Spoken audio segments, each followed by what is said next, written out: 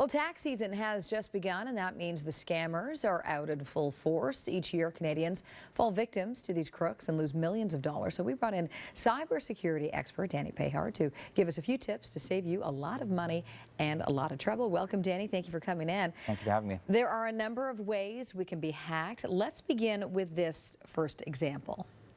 This call is from Canada Revenue Agency. The reason we are trying to contact you is to inform you that there is a lawsuit filed against you by the Canada Revenue Agency, and there is an unbailable warrant of arrest issued under your name.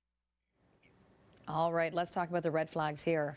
So one of the things that I want to point out about these types of calls is the massive sense of urgency that they like to leave with you. So you'll notice two things that they talked about. They talked about a lawsuit and they talked about an arrest warrant. If you hear something like that and you're not suspecting any of this and you've never had this kind of training, that's really scary stuff. You could see how people fall for this. Now, the scammers' purpose is they want you to be so scared that you don't attempt to verify this in any way. You call them and essentially you give them your money. All right. Also be aware of texts. Yes, absolutely. And what are the red flags when you see some of the text come through? So when you see a text, one of the things to watch for is they're going to ask you to fill out an online form. Now, for the text, a lot of times it'll be more so along the lines of a good news message, as in good news, you're getting some money back. Fill out this online form. The online form is going to be essentially an e-transfer document.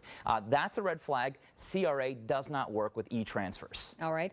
We've covered phone, texting, and of course now email. So email, same thing. When you're dealing with a text or an email, it's usually going to be a good news message, still trying to play off your emotions, not to scare you, but to excite you, to say, hey, you're getting some money back.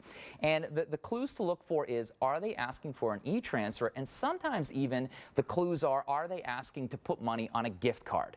Anybody from the CRA contacts you or claiming to be from the CRA and saying that they want to work with an e-transfer or a gift card, that is definitely a scam. CRA does not work with those things. All right, good to know. What should you do if you think you've been hacked? So if you think you've been hacked, what you want to do is you want to contact your local police station and you want to let them know what had happened. You want to give them as much details as you can. If you know, and same thing, I guess, if you know, in fact, you fell victim. That's if you know that you've been victim, absolutely.